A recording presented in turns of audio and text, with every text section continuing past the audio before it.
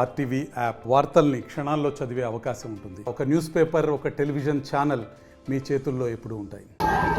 ప్రస్తుతం మనం కరీంనగర్ జిల్లా గంగాధర మండల కేంద్రంలో ఉన్నాము. ఇక్కడ దారుణం చోటు చేసుకుంది. కొంతమంది యువకులు ఒంటరి మహిళలు, వృద్ధుల్ని టార్గెట్ చేస్తున్నారంటే అవుననే సమాధానం వస్తుంది. ముందుగా అందరి కాడికి దోచుకుంటున్నారు, తర్వాత అడ్డు తిరిగితే అంతమొందించేందుకు సైతం వెనుకడుగు వేయట్లేదు. మల్లవ అనే ఒక వృద్ధురాల్ని ఇక్కడ నుంచి గంగాధర మండల కేంద్రం నుంచి గంభీరావుపేట కామారెడ్డి శివారుకు తీసుకెళ్లడం జరిగింది. అక్కడికి వెళ్ళిన తర్వాత అతి దారుణంగా చంపడం జరిగింది. దీనిలో ముగ్గురు ఉన్నట్లు కొంత సమాచారం అయితే అందుతుంది. ఏదైనప్పటికైతే మహిళ మృతి పట్ల వారి కుటుంబ సభ్యులు కన్నీరు మున్నీరుగా విలపిస్తున్నారు. ప్రస్తుతం మనతో పాటు వారి కుటుంబ సభ్యులు ఉన్నారు. ఒకసారి వారితో మాట్లాడదాం. అమ్మ, ఏం జరిగింది? ఎట్లా ఉండేది? మళ్ళా ఎవరైనా శత్రువులు ఉన్నారా మీకు? శత్రువులు అంటే మాకు భూమి గురించి లొల్లు ఉన్నాయి సార్. నాకు భూమి రిజిస్ట్రేషన్ చేసింది, నన్ను జాదువా అని చెప్పింది. 33 గుంటలు చేసింది, 2 గుంటల పావు చేసింది సార్. నాకు చేసి ఆమె ఇక్కడనే ఉండేది. నేను ఎప్పుడు ఆమె హెల్త్ బాగాలేకుండా వస్తే హాస్పిటల్ తీసుకుపోయి చూపెట్టుకుంటే ఇక్కడ వడగొట్టేదాన్ని. పడగొడితే మొన్న ఫోన్ చేసి అందరూ పోషమ్మకి ఎత్తును అత్తవా అని అడిగింది సార్. అంటే మరి ఇట్లా ఉంది ఇంట్లో అని అంటే, సార్ అద్దుతి పండుగ అది శ్రావణం అయిపోయినాక వచ్చిన హాస్పిటల్ తీసుకుపోయి అప్పుడే పండుగ చేసుకుందాం అని చెప్పింది సార్. చెప్పిన తర్వాత మళ్ళీ లింగపల్లి ఉండాలి వాళ్ళ అన్నదమ్ములు నాకు ఫోన్ చేసి మళ్ళీ ఫోన్ వేస్తలేదని చేసిన తర్వాత నేను ఇంటి ముంగటి బాబాయ్కి ఫోన్ చేసి బాబాయ్కి ఇట్లా మా అత్తమ్మ లేదంటారు అంటే, బుజ్జి లేదు తాళం వేసిపోయింది కదా అని అన్నాడు. అన్నక బాబు నువ్వు ఎట్లనే వేసి ఒకసారి సీసీ కెమెరా చూడు అని చెప్తే బుజ్జి వాళ్ళు వచ్చి మాస్క్ వేసుకొని వచ్చి కార్లు ఎక్కించుకుపోయారు అని చెప్పింది సార్. అంటే ఎవరమ్మా వాళ్ళు? మీకు ఎవరి మీద అనుమానాలు ఉన్నాయి? మీకైతే మాకు అనుమానాలు కాదు సార్, మమ్మల్ని అయితే కోర్టుకు పెట్టిన విషయం మాత్రం కరెక్ట్ సార్. వాళ్ళు కోర్టుకు పెట్టిరు, మా అత్తమ్మను నన్ను ఇద్దరిని కలిసి కోర్టుకు పెట్టిరు. మాకు ఇప్పటికి ఉన్నస్తే ఇప్పుడు మా అత్తమ్మ ఉడిచిపోయింది, నేను ఉన్నస్తే నాకు 2 పిల్లలు, ఒక ఆమె వికలాంగురాలు, ఒక ఆమె మంచిగా ఉంది సారు. మాకు ఉన్నస్తే పానభయమే ఉంది. ఓకే, అంటే ఇప్పుడు గంభీరావుపేట తీసుకోవాల్సిన అవసరం ఏముంది? అంటే ఇక్కడ తీసుకోవచ్చు కదా, అంటే అటువైపు తీసుకెళ్ళాలని మీకు ఇంకా అటువైపు ఎవరైనా శత్రువులు ఉన్నారని భావిస్తున్నారు? ఎవరు లేరు. ఓకే, అంటే మీరు ఎలాంటి న్యాయాన్ని కోరుకుంటున్నారమ్మా ఇప్పుడైతే? అంత మంచి జరగాలని కోరుకుంటున్నాను సార్ నేను. ఓకే, అంటే పోలీసులతో మాట్లాడారా? అంటే ఏం చెప్తున్నారు? దీనికి సంబంధించి ఎవరు కంప్లైంట్ ఇచ్చారు? ఏమని కంప్లైంట్ ఇచ్చారు? ఇప్పుడైతే మా అత్తమ్మ కనబడతలేదని కంప్లైంట్ ఇచ్చినాం సార్. వీడియో తీసుకుపోయి చూపెట్టిన తర్వాత అందరు సంతకాలు తీసుకుని వాళ్ళు వెతికారు. ఓకే, అంటే ఇప్పుడు మీకు ఎవరి మీద అనుమానాలు ఉన్నాయమ్మా? మాకు ఎవరి మీద అనుమానాలంటూ ఎవరి మీద లేవు సారు, కానీ తీసుకుపోయి ఇట్లా చేసి మాత్రమే కరెక్ట్ కాదు సార్.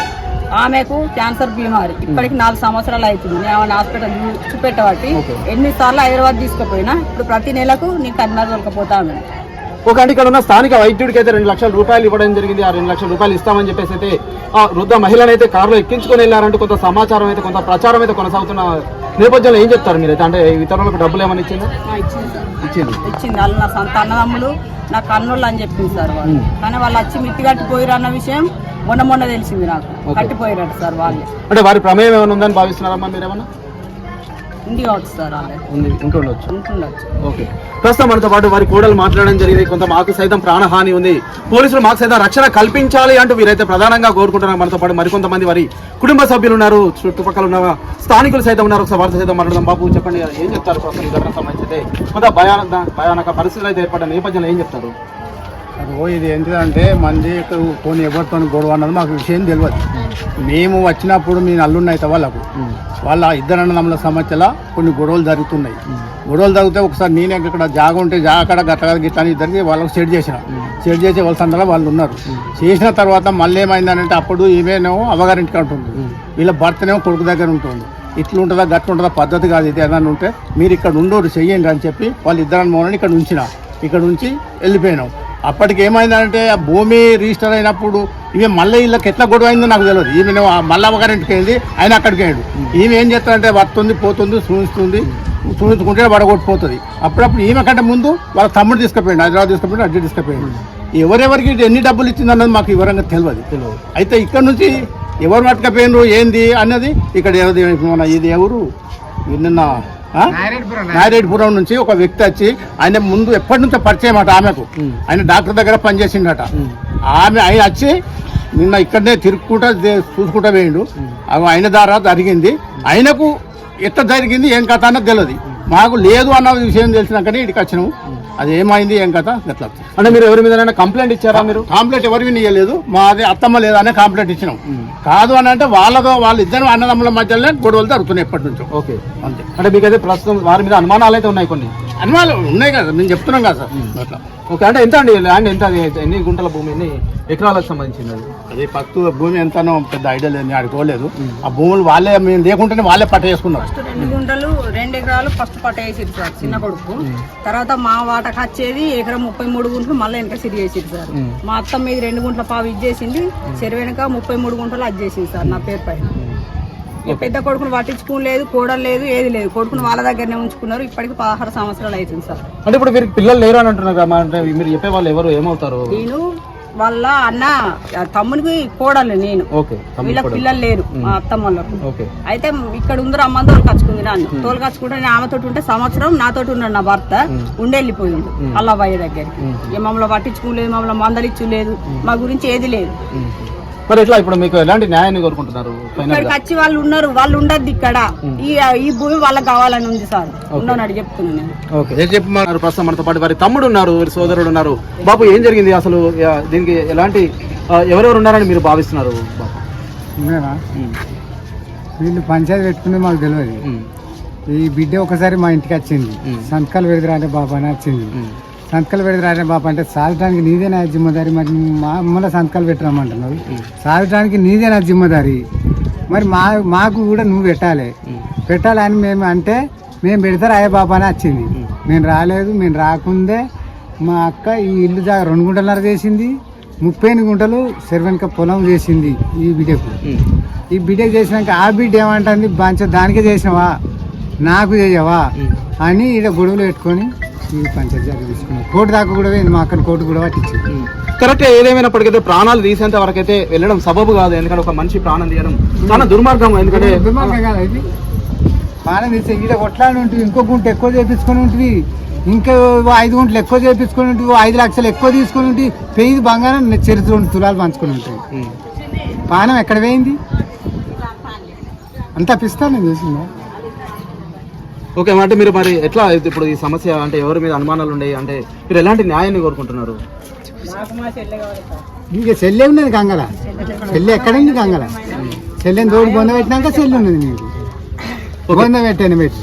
ప్రస్తుతం వీరి కుటుంబ సభ్యులు కొంత కన్నీరు మున్నీరుగా విలపిస్తున్నారు. ఏదైనప్పటికైతే ఎవరైతే చంపారో వారిని అయితే కఠినంగా శిక్షించాలంటూ ప్రతి ఒక్కరు కోరుకుంటున్నారు. అంతేకాకుండా కొంత భూమి తగాదాల విషయంలో మర్డర్ అయితే జరిగింది, ఆమెనైతే అతి దారుణంగా చంపారని వెల్లడిస్తున్నారు.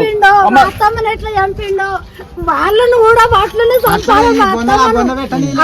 తమ్ముని బిడ్డను, నేను చెల్లె కోడలను, వాళ్ళని మాకు దొరకబట్టి పోలీసులు వద్దు, ఎవ్వరు వద్దు. మా అత్తమ్మని ఎట్లా చిత్రహింసలు చేసుకుంటారు, వాళ్ళని కూడా మేము అట్లనే చంపుతాం. మాకు ఆ పేపు అంతే, మాకు అదే న్యాయం సార్. మీతో ఎప్పుడు మాట్లాడిందమ్మా చివరిగా? మీ అత్తమ్మ ఎప్పుడు మాట్లాడింది మీతో? మా అత్తమ్మకి ఈ మధ్య నేను 10 రోజులు అయి ఫోన్ చేయలే. మా అత్తమ్మ మాట్లాడుతుంది, వాళ్ళ అక్క చెల్లెళ్ళు 4 వాళ్ళు అన్నదమ్ములు మాట్లాడతారు. మేము పనులైన పడ్డాం, ఇక పనుల కోడు అచ్చుడా మాకు శాతగా నామని నేను ఈ మధ్య ఫోన్ చేయలేదు. ఫోన్లో కూడా రికార్డ్ అయి ఉంటాయి సార్. వాళ్ళను మాకు అప్పగించుర్రు. మా అత్తమ్మని ఎట్లా చంపిర్రో మేము కూడా వాళ్ళని అట్లనే చంపుతాం. అదే న్యాయం సారు, మా కళ్ళ మా అదే న్యాయం కావాలి. ఇక్కడ సంబంధించి పోలీసులు విచారణ కొనసాగిస్తున్నారు. మనతో పాటు కొంతమంది గ్రామస్తులు ఉన్నారు, ఒకసారి వారితో మాట్లాడే ప్రయత్నం చేద్దాం. సార్ చెప్పండి, అసలు ఏం జరిగింది? నా పేరు పట్టపల్లి గంగార మాజీ సర్పంచ్ను. గంగార మండల కేంద్రంలో పెగడ మల్లవ అనే వృద్ధురాలను గుర్తి అనే వ్యక్తులు ఒక 3 కలిసి కారులో తీసుకువెళ్ళారని చెప్పి పోలీసులు గుర్తించడం జరిగింది. నిన్న రాత్రి మాకు ఆ వృద్ధ మహిళను చంపారని సమాచారం కూడా తెలియడం జరిగింది. ఈరోజు అందరూ దాని కుటుంబ సభ్యులు అందరూ వచ్చి కన్నీరు మున్నీరుగా ఇక్కడ గ్రామం అంతా విష ఛాయలు అలుముకున్నాయి. ఇలాంటి సంఘటన జరగకుండా, ఎందుకంటే కొంతమంది దుండగులు తాగా లేకపోతే వ్యసనాలకు అలవాటు పడా ఇట్లాంటి వృద్ధురాలను తీసుకుపోయి చంపి ఒంటి ఉన్న బంగారాన్ని, ఆ నగలని అన్నింటినీ అపహరించి ఆమెను చంపడం జరిగిందని చెప్పేసి పోలీసులు సమాచారం ఇవ్వడం జరిగింది. ఇలాంటి సంఘటన జరగకుండా పోలీసులు అప్రమత్తంగా ఉండాలని, అధికారులు కూడా ఇది అందరికీ సహకరించాలని చెప్పి కోరుకుంటున్నాను. ఓకే అండి, ప్రస్తుతం ఈ ఘటన సంబంధించి అయితే శనివారం పోలీస్ స్టేషన్లో కంప్లైంట్ అయితే ఇవ్వడం జరిగింది. తర్వాత అయితే నిన్న బాడీని గుర్తించడం జరిగింది కదా, అంటే ప్రస్తుతం ఏ రోజు చనిపోయిందని భావిస్తున్నారు? అంతేకాకుండా పోలీసులతో మాట్లాడారా, ఏం చెప్తున్నారు? పోలీసులతో మాట్లాడితే ఏమంటున్నారంటే, శనివారం మధ్యాహ్నం 3 గంటలకు అమ్మ మిస్సింగ్ అయిందని చెప్పేసి ఆ రోజు నైటు లేదా ఆదివారం పొద్దున పిటిషన్ ఇవ్వడం జరిగింది. ఈ విధంగా పోలీసులు అప్రమత్తమై చాకచక్యంగా వాళ్ళను కారును ఛేదించి పట్టుకోవడం జరిగింది. పట్టుకున్న తర్వాతనే ఆ అమ్మను చనిపోయిందని చెప్పేసి గుర్తించడం జరిగింది. ఓకే అండి, ప్రస్తుతం అయితే ఈ ఘటనకు సంబంధించి అయితే కొంత గ్రామంలో విషాద ఛాయలు అయితే అలుముకోవడం జరిగింది. అంటే ఎట్లా ఉండేది మల్లవ్వ అందరితోనైతే? ఈడ మల్లవ్వ అనేది బాగా నిరుపేద కుటుంబం, వాళ్ళు యాదవ్స్. తన భర్త కరోనా కాలంలో చనిపోయడం జరిగింది. అంటే చాలా మంచి అమ్మ, అందరితో మంచిగా కలివిడిగా ఉండేది. తనకు పిల్లలు లేరు, ఎవరు లేరు, తన కలివిడిగా ఒంటరిగా ఉంటుంది.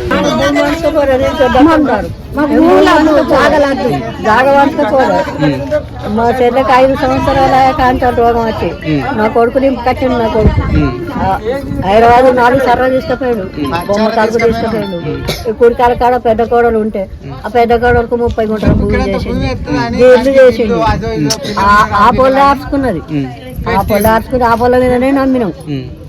నన్నేం చేయరే, నా కోడలు ఉన్నదని మా చెల్లె చెప్పింది. మొన్న 15 రోజుల కిందనే వచ్చాడు నేను సారు. అయితే ఇవన్నీ ఈ నవన జరిగింది. ఇట్లా దాని జీవనం పట్టు అట్టాలనే పట్టింది, దాని జీవనం చేసిండు.